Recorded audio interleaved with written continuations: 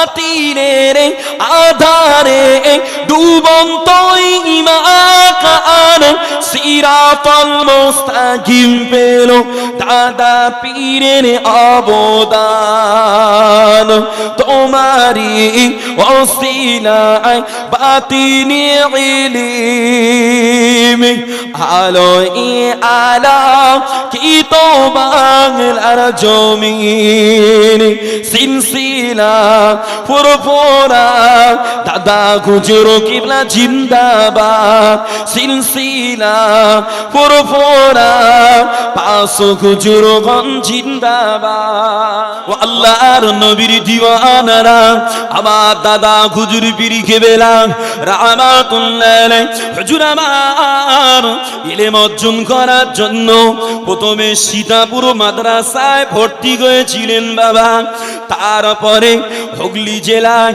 মোসেনিয়া মাদ্রাসাতে আরবি ভাষা অধ্যয়ন করতে আরম্ভ করেছিলেন বাবা।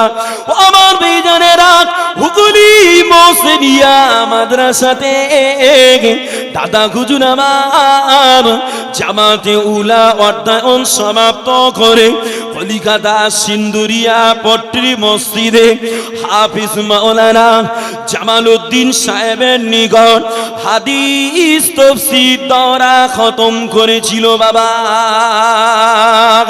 জামালউদ্দিন সাহেবের নিকট হাদিস তাফসীর দরা খতম করে দাদা হুজুর আমার কলিকাতার বিলায়েতি মাওলানার নিকট কলিকাতার নাখোদা মসজিদে বিলায়েতি মাওলানার নিকট হিকমত মানতে ইত্যাদি ইলমটা সমাপন করেছিলেন বাবা।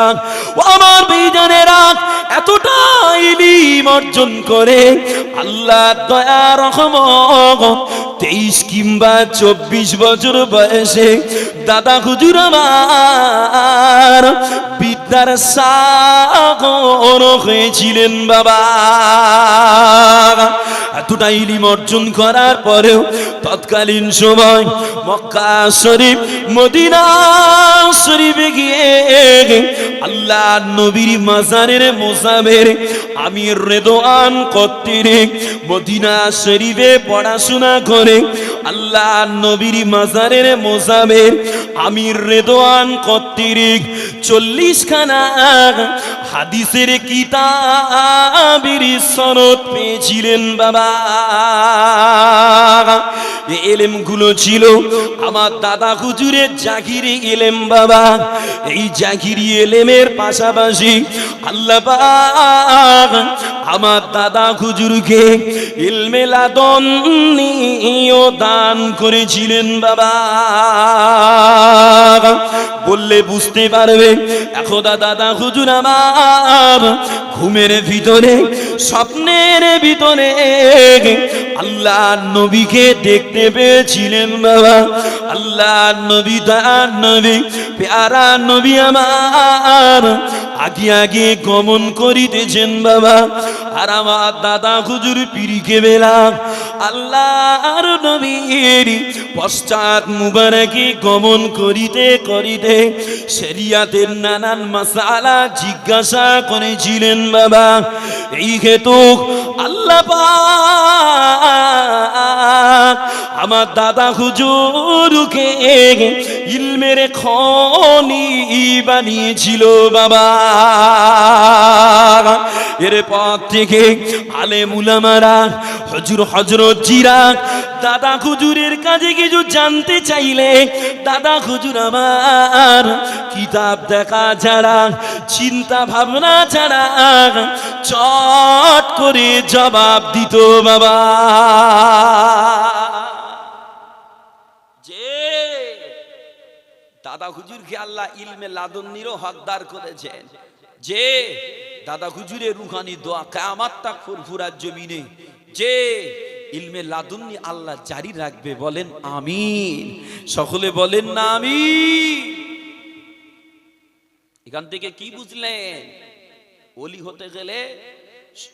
হতে গেলে শুধু শুধু ইবাদতে হয় না, ইলমটাও লাগে। কি লাগে? ইলম লাগে।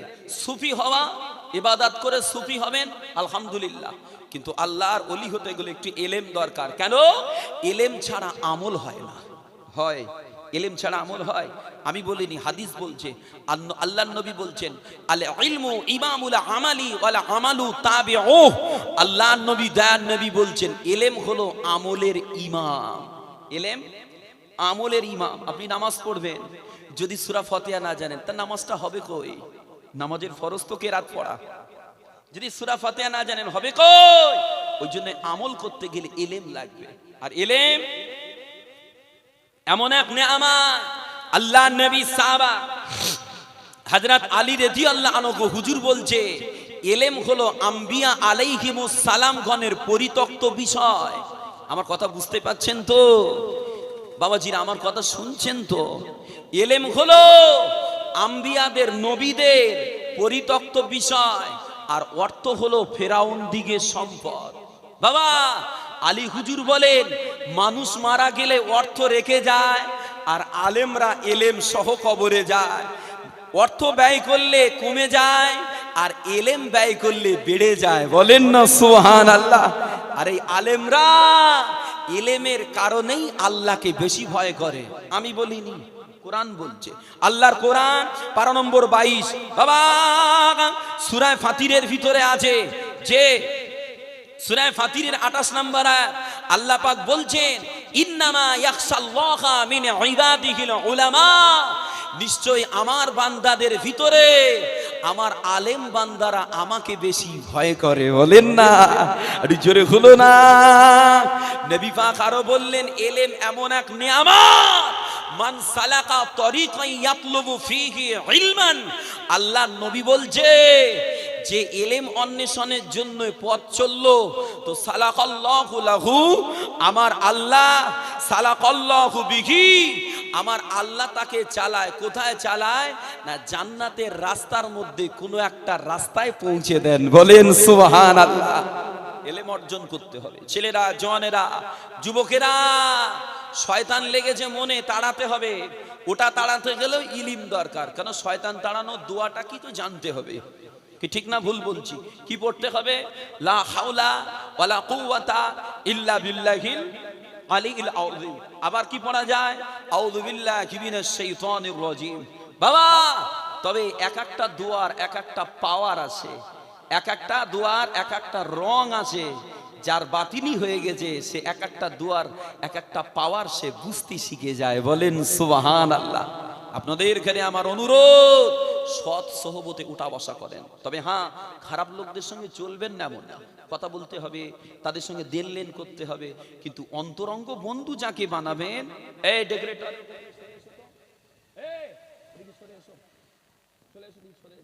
ওদিকে গুতুগুতি করুনি বাবা, তারে হাত লেগে যাবে, সরে এসো, ফট করে হাত লেগে যাবে বাবা। বাবাজিরা, গুনাহ করছে বলে কাউকে ঘৃণাও করবেন না, তার জন্য দোয়া করবেন। চায়ের দোকানে বসে কিছু মানুষ দেখেছি, দু ওয়াক্ত নামাজ পড়তে শিখেছে, হালি হালি দু জুম্মা হয়েছে, বেনামাজিগুলোর গাল দিয়ে কুচিয়ে দিচ্ছে। কি ঠিক না ভুল বলছি? বলেন, আমি বাজে কথা বলছি? হালি হালি দুদিন দাড়ি রেখেছে, যারা দাড়ি চাঁচে তাদের বলে ফাটিয়ে দিচ্ছে। তুই আগে কি ছিলিস রে বাবা? তুই তো ছিলিস ওল মুখ, এখন তো একটু হয়েছিস। যে বাবা গুনাহগার বলে তার জন্য টিটকারি নেই, তার জন্য গাল নয়, তার জন্য দোয়া। কেন? আপনি একা জান্নাতে যাবেন? আপনার ইচ্ছা হয় না আমি সবাইকে নিয়ে যাব? আমার নবী পাক একা জান্নাতে যাওয়ার আশা করেছে? আমার নবী আমাদের জান্নাতে ঢুকাবেন বলে আমাদের জন্য মক্কার জমিনে, মদিনার জমিনে কত মার খেয়েছে, কত রক্ত দিয়েছে। আর এই সমাজে কিছু মানুষ এত কিরবিন বাবা, নিজে একটা দোয়া কালাম শিখলে আর একজনের শেখাতে চায় না, বলে না হবে না। আছে না নাই? যে শিখাবেন, নিজে যেটা জানেন, যে জানতে চায়, বুঝতে চায়, তাকে জানাবেন। যে বাবা রাস্তার ধারে কেউ দাঁড়িয়ে দাঁড়িয়ে মদ গিলছে, ঢক ঢক ঢক ঢক করে, মদ খাওয়া কি হারাম। আমি হুজুর রাস্তা দিয়ে রাত্রে যাচ্ছি, আমি যদি গাড়িটা দাঁড় করিয়ে বলে, খোকা খাচ্ছিস কি? তো হারাম। ও নেশার করে হুজুর মানবে, বোতল ধরেই থম নাই ঝাড়বে না। যে হুজুর টুজুর কি খাচ্ছি এখন মস্তি করে, ডিস্টার্ব, হুজুরের থম না বেঁকিয়ে ওল করে দেবে। বাবা অতএব যে মানতে চায় তাকে মানাও, বলার একটা জায়গা আছে, বলার ধরন আছে। যে যখন রেগে থাকে তাকে কিছু শেখাতে গেলে সে ঠিক রে দেবে, যে ঠান্ডা হলে বুঝিয়ে সুঝিয়ে। এখন একজন মানুষ মুসলমান, নামাজ পড়ে না, ইমানদার, নামাজ পড়ে না, কিন্তু আপনি যদি তাকে যখন তখন গিয়ে বলেন এই নামাজ পড়ো ভাই, নামাজ পড়ো, ও যদি ছিটিয়ে এরকম করে বলে নামাজ পড়ে কি হবে, নামাজ পড়ে কি হয়, ওর ঈমান চলে যাবে, মানুষটার ঈমান চলে যাবে। আমি নামাজ পড়িনি, গুনাহ করছি, আলাদা জিনিস। ওই জন্য কাউকে নামাজের দাওয়াত দিতে গেলেও হুটপাট করে নয়, তার সঙ্গে বসতে হবে, দিল মন নরম করতে হবে, যাতে আমার কারণে তার ঈমানটা না চলে যায়। আর কথা বুঝতে পারেন না? আমার কারণে তার ঈমান টানা চলে যায়। কিছু কিছু ভাই আছে বোঝে না, যখন তখন গিয়ে কেউ সিগারেট টানতে সেকেন্ড নামাজ পড়বে চলো, সে তো এমনি তো মুড গরম হয়ে যাবে। বাবা খুব সাবধান, আমি কাউকে কষ্ট দেওয়ার জন্য বলছি না, বোঝার চেষ্টা করেন। একটু মহাব্বতে দরুদ শরীফ নাত পড়বো। আল্লাহুম্মা সাল্লি আলা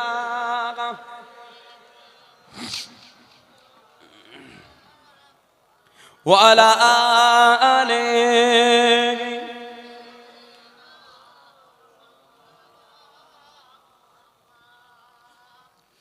ফুরফুরাটা শরীফি গলো, ফুরফুরাটা শরীফি গলো, নবীর ছোঁয়া লেগে বাংলার মুমিন ধন্য হলো, দাদা পীরকে পেয়ে। জোরে হলো না? ফুরফুরাটা শরীফি গলো, ফুরফুরাটা শরীফি গলো, নবীর ছোঁয়া লেগে বাংলার মুমিন ধন্য হলো, দাদা পীরকে পেয়ে। তাসাউফের বীর কারিগর আমার দাদা পীর, যার বেলা এতে অলি হলো, লক্ষ আলেম দ্বীন। ফুরফুরাটা শরীফি গলো, ফুরফুরাটা শরীফি গলো, নবীর ছোঁয়া লেগে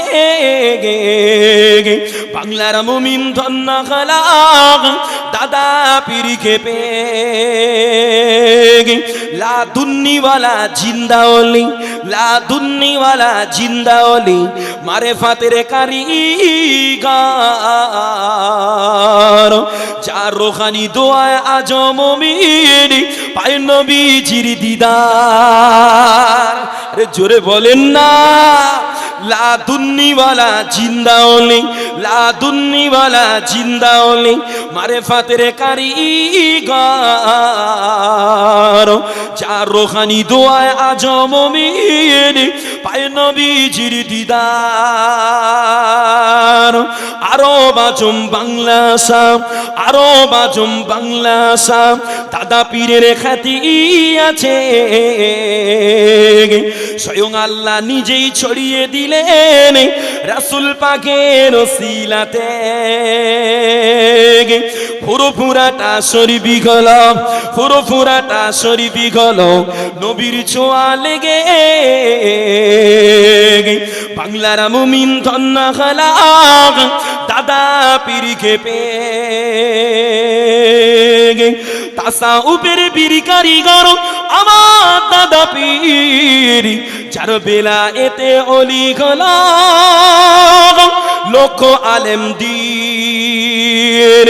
ফুরফুরাটা শরীফি গলো, ফুরফুরাটা শরীফি গলো, নবীর ছোঁয়া লেগে বাংলার মুমিন ধন্য হলো, দাদা পীরকে পেয়ে। তাকওয়াওয়ালা বীর মুজাহিদ আমিরুস শরিয়া, তাকওয়াওয়ালা বীর মুজাহিদ আমিরুস শরিয়া, যার কথা কলমে বাতিল বেদাতি হয়েছে উৎখাত। স্বাধীনতা সংগ্রামে, স্বাধীনতা সংগ্রামে ব্রিটিশ বিরোধী সংগ্রাম, ইতিহাসের পাতায় উল্লেখিত দাদা পীরের অবদান। ফুরফুরাটা শরীফি গলো, ফুরফুরাটা শরীফি গলো, নবীর ছোঁয়া লেগে বাংলার মুমিন ধন্য হলো, দাদা পীরকে পেয়ে। আল্লাহুম্মা জোরে জোরে সাল্লি আলা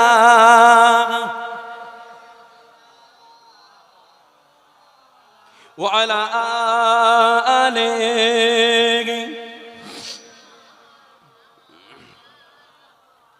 সাল্লাল্লাহু আলাইহি ওয়াসাল্লাম। সকলে পড়েন সাল্লাল্লাহু আলাইহি ওয়াসাল্লাম। বাবাজিরা, ওতে বেলায়েত প্রাপ্তির মাধ্যম হলো ওলির সংসর্গ, ওলির আনুগত্য, আর ব্যক্তি জীবনে আল্লাহ জিকিরের আধিক্য। বাবা আসে ওলি আউলিয়াদের সোহবতে বসলে, তাদের সঙ্গে সম্পর্ক রাখলে কতটা উপকার হয়।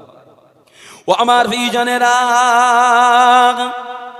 ও যুবকেরা, ও আল্লাহ নবীর দিওয়ানারা, আল্লাহ নবী সাহাবা হযরত আব্দুল্লাহ ইবনে মাসউদ রাদিয়াল্লাহু আনহু হুজুর আমার বর্ণনা করে বললেন, একদা এক ব্যক্তি আল্লাহ নবীর কাছে এসে জিজ্ঞাসা করেছিলেন, ও আল্লাহর হাবিবি পাক,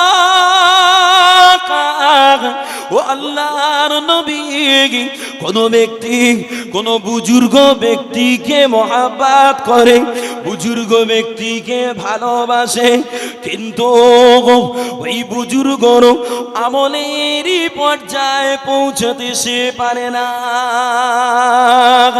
এমন অবস্থায় ওই ব্যক্তিটার কি হবে হুজুর? ওই না সময় আল্লাহ নবী, তার নবী, প্যারা নবী আমার বলেছিলেন, ও মাসাবারা আলমারু ও মামান আহাব্বা, প্রতিটা মানুষ তার সাথী হবে যাকে সে ভালোবাসে। বাবা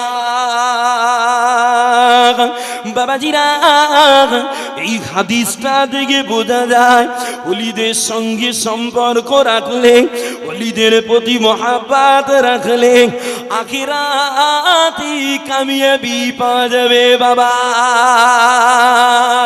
ও আমার ভাইজানেরা, একটু আলোচনা করলে বুঝতে পারবেন। বাবা আল্লাহ নবী, তার নবী, প্যারা নবী আমার, একদা আল্লাহ নবী সাহাবা হযরত রাজিনকে, রাজিন রাদিয়াল্লাহু আনহু হুজুরকে ডেকে বলেছিলেন, ও বাবা রাজিন, আমি আল্লাহ নবী তোমাকে দিনের কিছু নীতিমালা বলে দেবো বাবা, যেগুলো আমল করলে তোমার দুনিয়া আখিরাত আলোক হবে। বাবা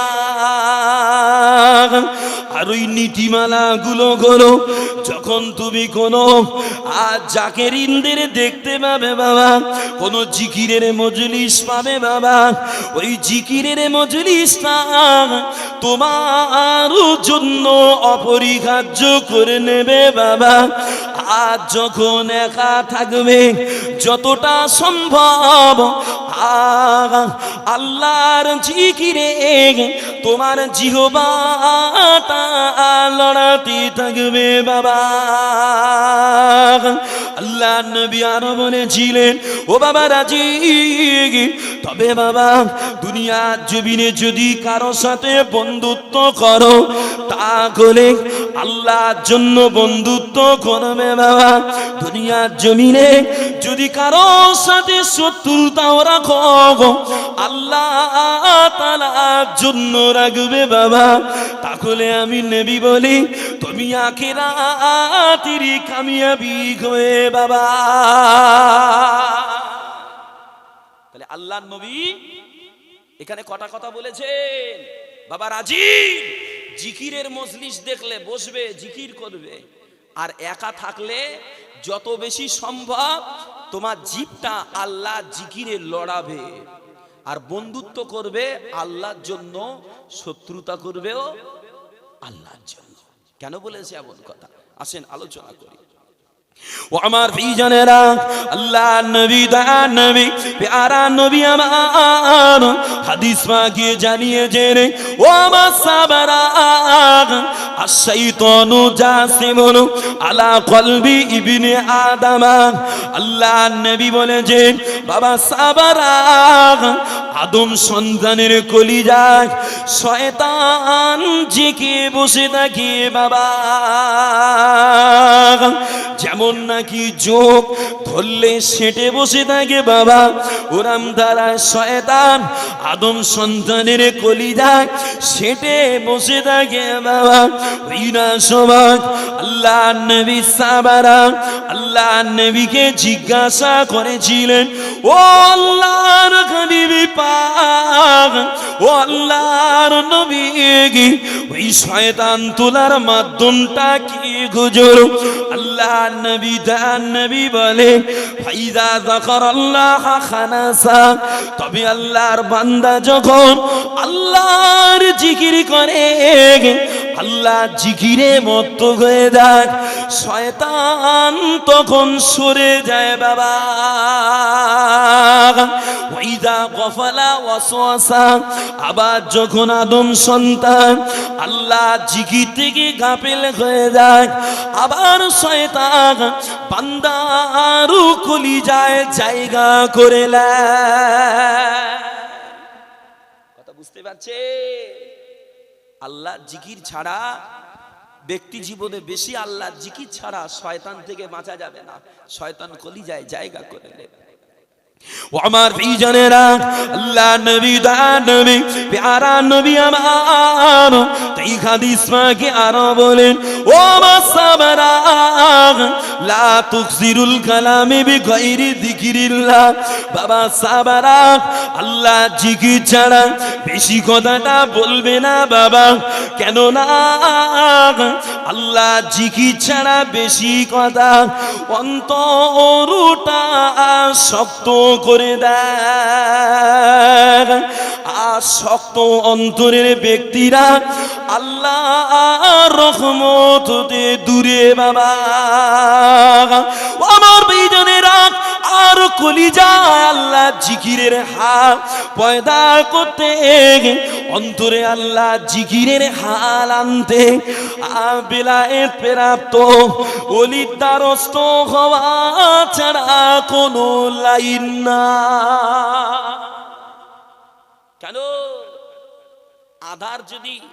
আধার ঘরে যদি বাতি জ্বালানো হয়, ঘর জ্বলে না জ্বলে নে? একটু জোরে বলে। এবার আমি একটা কথা বুঝাবো। আমাদের এলাকার মানুষ অনেক সব মদিনায় যায়, মক্কায় যায়, আপনাদের এখান থেকেও যায়। এখন কেউ কাবা শরীফ দেখেছে, কেউ কাবা শরীফ দেখে কোরআন শরীফ পড়েছে। আচ্ছা, কাবা শরীফ জিয়ারাত করেছে, কোরআন শরীফ পড়েছে, তাকে কি সাহাবা বলা যাবে? কেন বলা যাবে না? সাহাবা হওয়ার জন্য শর্ত হলো ইমানের সাথে মোহাব্বতের নজরে মুস্তাফার দিদার করা। বলেন সুবহানাল্লাহ। মুস্তাফাকে চামড়ার চোখে দেখা। বলেন না সুবহানাল্লাহ। এখান থেকে কি বোঝা যায়? আমল করলেই পাওয়ারফুল হওয়া যায় না, সোহবতেই পাওয়ারফুল হওয়া যায়। বলেন সুবহানাল্লাহ। কি ঠিক না ভুল বলছি? যোগাযোগ মাধ্যম, ব্যবসা ভালো চলে না? যে যারা আল্লাহ জিকির করে আল্লাহ পেয়ে গেছে, তাদের সোহবতে বসে তাদের কথা মেনে রাসূলের সুন্নাত অনুযায়ী আমল করে যদি চলা হয়, ইনশাআল্লাহ ওই ওলির ওসিলায় আপনিও আল্লাহর ওলি হবে। আরে জোরে হলো না? আমি তাই বলি, নামাজের ফরজ ওয়াজিব শিক্ষা দেয় কারা? আলেমরা। জাহিরি আলেমদের কাজ নামাজের ফরজ ওয়াজিব সুন্নাত মুস্তাহাব শিক্ষা দেওয়া। আর বাতিনি আলেমদের কাছে গেলে নামাজের হেফাজত হাসিল হয়। বলেন সুবহানাল্লাহ। ঈমান পাওয়া যাবে আলেমদের থেকে, কিন্তু ঈমানের হেফাজতের পদ্ধতি পাওয়া যাবে ওলিদের কাছ থেকে। বলেন সুবহানাল্লাহ।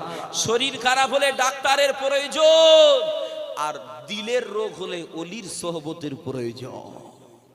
আর কথা বুঝতে পারছেন বাবা? আলোচনা করলে বুঝবেন আল্লাহর ওলিদের রুহানি, আল্লাহর ওলিদের দৃষ্টির কত পাওয়ার। একটু আলোচনা করি। আমার দাদা হুজুরির একটা কামেল খলিফা সুফি সাইমুদ্দিন সাহেব, নাম বললে বুঝবেন যে সুফি সাইমুদ্দিন সাহেব দাদা হুজুরের কামেল খলিফা মুকাম্মাল হয়েছিলেন। একদিন কয়েকজন জাকিরিন ভাই মিলে ফুরফুরা শরীফে গিয়েছে।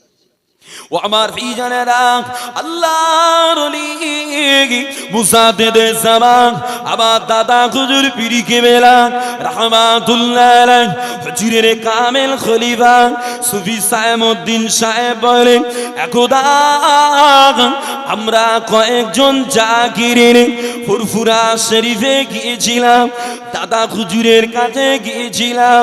দাদা হুজুর আমার প্রতিদিনে ফজরের নামাজটা পড়ে আমাদের নিয়ে বসে একটুখানি মোরাকাবা শিক্ষা দিয়ে আমাদের ঘরে বলেছিলেন, বাবারা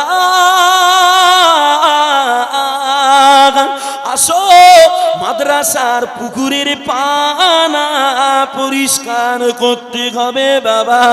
সুফি সাইমউদ্দিন সাহেব বলে, কালটা ছিল কঠিন ঠান্ডা, পুকুরের পানিটাও ছিল খুব ঠান্ডা বাবা। তারপরেও আমার পীরের অর্ডার, আমার পীরের আদেশ, আমি ঝাঁপ দিয়ে পুকুরে নেমে পানা পরিষ্কার করতে লাগি। আমার সাথে আরো কিছু ভাই, তারাও পানাটা পরিষ্কার করতে লাগে বাবা। আবার কেউ কেউ পুকুর পাড়ে দাঁড়িয়েও ছিল বাবা। ও আমার ভাইজানেরা, সুফি সাইমউদ্দিন সাহেব বলেন, আমাদের এই দৃশ্যটা দাদা হুজুর আমার মাদ্রাসার লাইব্রেরির বারান্দায় দাঁড়িয়ে দাঁড়িয়ে দেখছিলেন বাবা। হুজুর আমার কিছু সময় পরে মাদ্রাসার লাইব্রেরি থেকে পুকুর পাড়ে হাজির হয়ে মুরিদদের উদ্দেশ্যে বলেছিলেন, বাবারা তোমরা যে ঠান্ডায় মরে গেলে বাবা, তাড়াতাড়ি উঠে এসো বাবা। সুফি সাইমউদ্দিন সাহেব বলে, আমার পীরের অর্ডার মতো আমি তৎক্ষণাৎ পুকুর থেকে উপরে উঠে এলাম। যেই না উপরে উঠে এলাম, দাদা হুজুরের রুগানি দোয়া আমার বডি থেকে আল্লাহর জিকির শুরু হয়ে গিয়েছে বাবা। আমার শরীরে নূর চমকাচ্ছিল বাবা। সুফি সাইমউদ্দিন সাহেব বলেন, এত দীর্ঘকাল চেষ্টা করে যে ভাব আমার ভিতরে দেখা যায় না বাবা, সামান্য পীরের অর্ডার পালন করার ভিতর দিয়ে ওই ভাব আল্লাহ আমার ভিতরে দিয়ে দিয়েছে বাবা। আমার ভাইজানেরা, ও পানাকুড়া এলাকার জনেরা, যুবকেরা, দাদা হুজুরকে আমার আল্লাহ এমন পাওয়ার দান করেছিল বাবা, কেউ যদি দাদা হুজুরের দিকে একবার মুহাব্বতের নজরে দেখতো বাবা, বাবারা দাদা হুজুরের দৃষ্টির ওসিলা দিলের ময়লা ঝরে গিয়ে কলবে আল্লাহ আল্লাহ রসুলের মোহাব্বত তৈরি হয়ে গিয়ে আল্লাহ আল্লাহ জিকিরটা কলবে আল্লাহ জারি করে দিত বাবা। আর এই কলব জারি করার জন্য শর্ত হলো খাদ্য খোরাক থেকে শুনে খাওয়া, ফরজ সুন্নাতের প্রতি গুরুত্ব দেওয়া। ও আমার ভাইজানেরা, কেননা আল্লাহ নবী হাদিস পাকে বলেছেন, যে খাদ্য খাওয়ার ক্ষেত্রে দ্বিধাবোধ করে না যে আমার খাদ্যটা কোথা থেকে এলো, আমার আল্লাহ পাক এ বিষয়েও দ্বিধাবোধ করবেন না। জাহান্নামের কোন দরজা দিয়ে তাকে জাহান্নামে দেব। আমার কথাটা বুঝতে পারছেন তো? পীরের সোহবত, দাদা হুজুরের দৃষ্টিতে সাইমউদ্দিন সাহেবের কলবের বাতি জ্বলে গিয়ে আল্লাহ আল্লাহ জিকিরে ফানা, সুবহানাল্লাহ। এই হাল পয়দা করতে গেলে খাদ্য বেচে খুঁটে খেতে হবে। খাদ্য বেচে খুঁটে খাবে, বাহ বাহ। আধার রাতে দেখতে পেয়েছি কেউ কেউ নি অনেক টাকার লোড, বলবে কোনোদিন 50 টাকার লোড, 5 টাকার কয়েন পালি, হ্যাঁ খবর দিস 50 টাকার একটা লোড পেয়েছি। যদি 500 টাকার তাড়া পায় আর পাওয়া যাবে না বাবা। একটুখানি বাস্তব বললে বুঝবেন। আমার দাদা হুজুরের একটা মুরিদ তৎকালীন সময় সব বাইরে পায়খানার কাজ হতো কিসে? বাঁশবাগানে। যে এখন সব টয়লেট রুম সরকার থেকেও দিয়েছে, নিজেরাও অনেকে করিয়েছি। বাবা বাবা মুরিদটা দাদা হুজুরের কাছে যে ফুরফুরা শরীফে টয়লেটে গিয়েছে বদনা নিয়ে, টয়লেট করতে গিয়ে মুরিদটা কিছু মাছ ধরে নিয়ে হুজুরের কাছে হাজির, বদনাই করে লোড করে নিয়ে এসছে। দাদা হুজুর জিজ্ঞেস করছে, বাবা এই মাছ কোথায় পেয়েছো? বাবা না হুজুর, আমি টয়লেট করতে গিয়েছিলাম, গিয়ে দেখি নালা দিয়ে পানিতে মাছ যাচ্ছে, ধরে নিয়ে এসছি। দাদা হুজুর বললেন, বাবা তুমি কি জানো ওই ওই ওই মাছ যে পুকুর থেকে বার হয়ে নালায় এসেছে, ওই পুকুরটা কার? বলে, হুজুর না তা তো জানিনি। দাদা হুজুর ওই সময় জিজ্ঞাসা করছে, বাবা তুমি আমার কাছে ক বছর মুরিদ হয়েছ? বলে, না হুজুর আমি আপনার কাছে 9 বছর মুরিদ হয়েছি। 9 বছর। তবে হুজুর আমল করতেছি, ফয়েজ পাইনি কিছু। দাদা হুজুর বলছে, বাবা অন্তর পরিশুদ্ধির পরিপন্থী কাজ করে কি ফয়েজ পাওয়া যায়? যে শুধু জিকির করতে হুকুর হুকুর হুকুর হুকুর হুকুর হুকুর আর হারাম খেয়ে কুচে দিচ্ছে, ও কলবে বাতি জীবনে পড়বে? যে মসজিদে যদি দাওয়াত পড়ে, ইমাম সাহেব বলে দিচ্ছে, মাশাআল্লাহ আব্দুল জুবারের বাড়ি জুম্মাবাদ, আপনাদের সব দাওয়াত। হারাম দেবে কি হালাল দেবে দেখার দরকার নেই।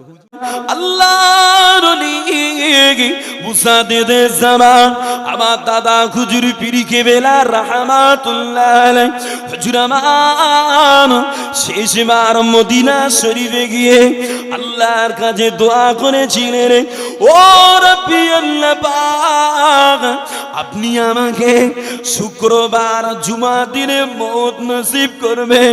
আল্লাহ পাক আপনি আমাকে জুমার দিনে মওত দেবেন আল্লাহ। কেন না আল্লাহর নবী হাদিস পাকে জানিয়েছেন, মামিন মুসলিমিন ইয়ামুতু ইয়াউমাল জুমাতি আও লাইলাতাল জুমাতি ইল্লা ওয়াকাকুল্লাহু ফিতনাতাল কবরি। আল্লাহ নবী জানিয়েছেন, ও আমার সাহাবারা, যে ব্যক্তিটা যে মুসলমান জুমার দিনে কিংবা জুমার রাতে মৃত্যুবরণ করবে, আমার আল্লাহ পাক তাকে কবরের ফিতনা হতে ফাসাদ হতে রক্ষা করবেন। বাবা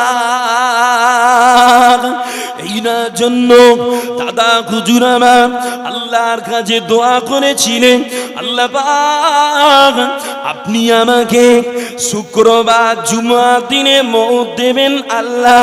ওই দিনে দাদা হুজুরের দোয়া আমার আল্লাহ কবুল করে নিয়ে অবশেষে ইংরাজি 1939 সাল 17ই মার্চ শুক্রবার ভোর 5:45 93 বছর বয়সে দাদা হুজুর আমার আল্লাহর ডাকে সাড়া দিয়ে দুনিয়া ছেড়ে বিদায় নিয়েছিলেন। বাবা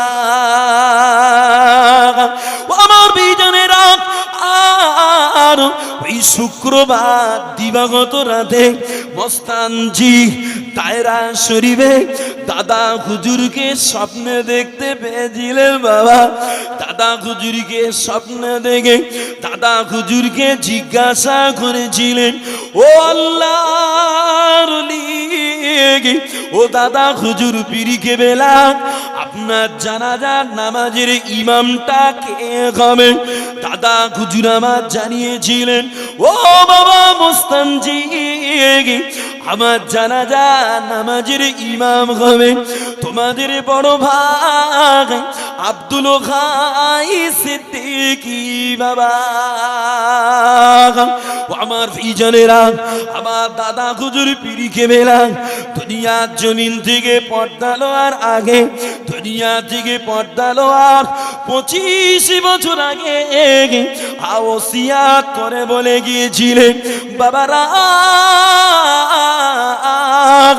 দাদা হুজুর নিজে হাতে কাঁচা ইট দিয়ে একটা কবর তৈরি করেছিলেন বাবা, আর ওসিয়াত করেছিলেন, বাবারা যদি সম্ভব হয় বাবা আমার হাতি গড়া কবরে আমাকে দাফনটা দিও বাবা দাদা হুজুরের ওসিয়াত মতো দাদা হুজুরের হাতে তৈরি করা কবরে দাদা হুজুর কি দাফন দেয়া হয়েছিল। গয়ার মীর মোহাম্মদ আলী সাহেব দাদা হুজুরের খাস মানুষ।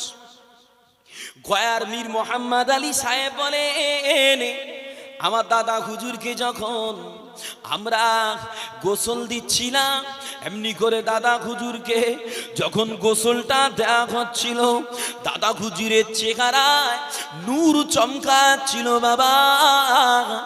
আর যখন দাদা হুজুরকে কাফনটা পরানো হচ্ছিল দাদা হুজুরের চেহারাটা নূরময় চেহারা লাল হয়ে গেছিল বাবা।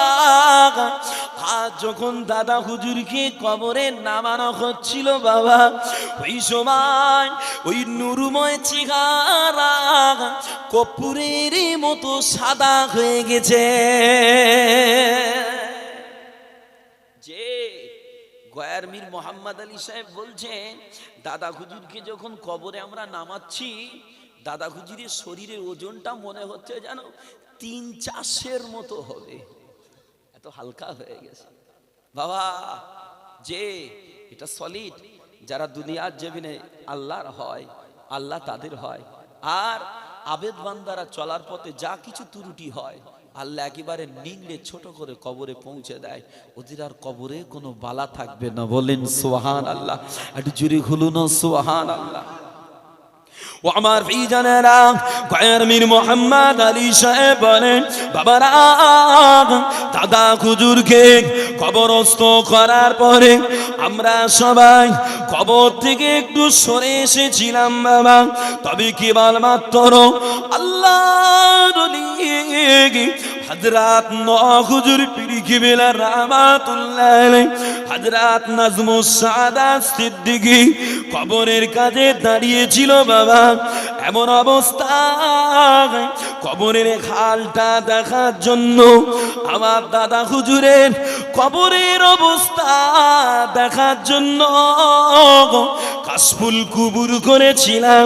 কাশফুল কুবুর করে দেখতে পাই দাদা হুজুর আমার কবরের উপরে উঠে বসে আছেন বাবা। আর দুইজন 10-11 বছরের মাসুম বাচ্চা দাদা হুজুরের কবরে হাজির হয়ে গিয়েছেন বাবা। গয়ার মীর মোহাম্মদ আলী সাহেব বলেন এই অবস্থা খানা দেখে আমি বুঝে গেলাম আল্লাহওয়ালা আল্লাহর ওলিদের কবরে মুনকার নকির ফেরেশতা সুন্দর আকৃতিতে আসে বাবা। যেমন নাকি নবী আলাইহিস সালামদের জান কবজ করার জন্য আল্লাহর ওয়ালা বান্দাদের জান কবজ করার জন্য আজরাইল আলাইহিস সালাম সুন্দর আকৃতিতে আসে বাবা। ওরাম দ্বারা ওলিদের কবরে আল্লাহ ওয়ালা বান্দাদের কবরে মুনকার নকির সুন্দর সূরাতে আসে বাবা। গয়ার স্বামীর মোহাম্মদ আলী সাহেব বলে এমন সময় দেখতে পাই মুনকার নকির আর দাদা হুজুরের মিডিলে আল্লাহ নবী দয়ার নবী বিদ্যুৎ গতিতে আগমন করে দিলেন বাবা। আল্লাহ নবী দয়ার নবী আর দাদা হুজুর আমার আল্লাহ নবীর সঙ্গে কথা বলছিলেন।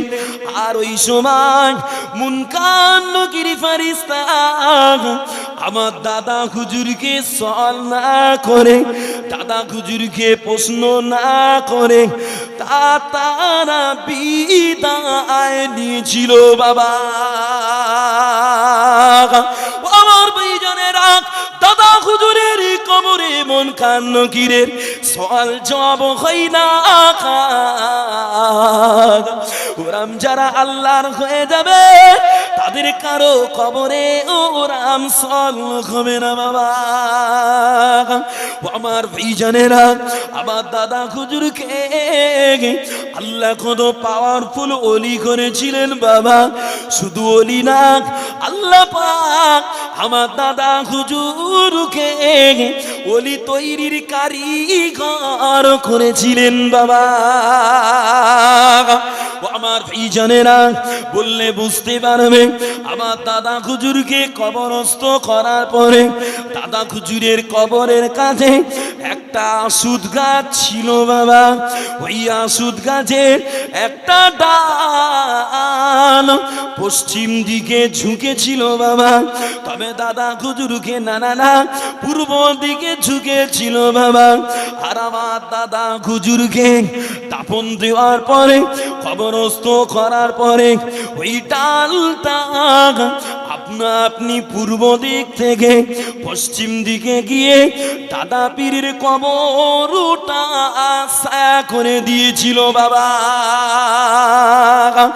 আমার বিজনেরা এ দুনিয়ায় যারা আল্লাহর হক তারা আল্লাহ তার হয়ে যায় বাবা। এ দুনিয়ায় যে ব্যক্তিকে আল্লাহর আইন ফলো করে চলে বাবা, আমার আল্লাহ তার সম্মানকে বুলন্দ করে দেয় বাবা। কেননা আল্লাহ কোরআন পাকে জানিয়েছেন, আল্লাহর কোরআন 12 নম্বর 28 সূরা তালাকের 3 নম্বর আয়াত আল্লাহ পাক বললেন, ওয়া মান ইয়াতাওয়াক্কাল আলাল্লাহি ফাহুয়া হাসবুহু। আল্লাহ পাক জানান, যে ব্যক্তি আল্লাহর উপরে ভরসা করে আমার আল্লাহ তার জন্য যথেষ্ট হয়ে যায়।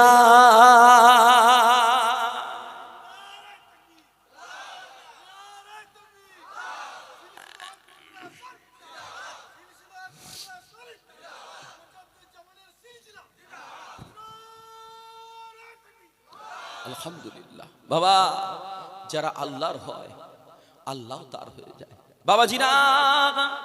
আর এরম আল্লাহওয়ালা ব্যক্তিদের সঙ্গে যারা শত্রুতা রাখে, যে তাদের সম্পর্কে আল্লাহ নবী হাদিসে জানিয়েছেন, হাদিসে কুদসি, ইন্নাল্লাহা ক্বালা মান আদা লি ওয়ালিয়ান ফাকাদ আযানতুহু বিল হারব। আল্লাহ নবী জানিয়েছেন, আল্লাহ বলে, যে ব্যক্তি আমার কোন বন্ধুর সঙ্গে শত্রুতা পোষণ করবে, আমি আল্লাহ তার বিরুদ্ধে অবশ্যই যুদ্ধের ঘোষণা করব।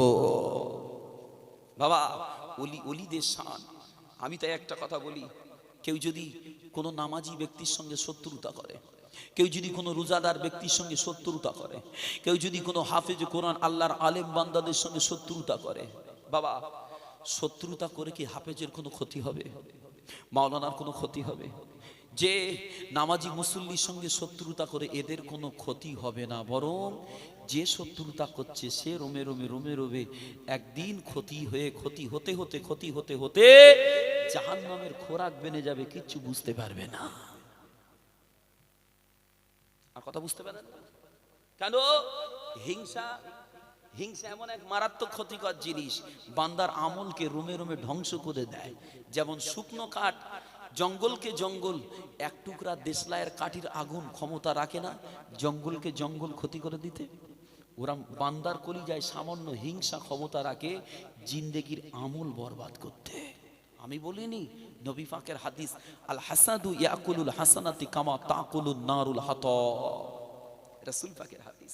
বাবা হিংসা করবে না, যে হিংসা এমন মারাত্মক জিনিস বান্দার আমলকে নষ্ট করে দেয়। আমি আর আগাবো না, যে অনেকটা রাত হয়েছে তো নাকি, আপনাদের কষ্টও হচ্ছে বাবা, বেশি সময় বসে থাকার মতো ক্ষমতার মানুষের শরীরে নেই।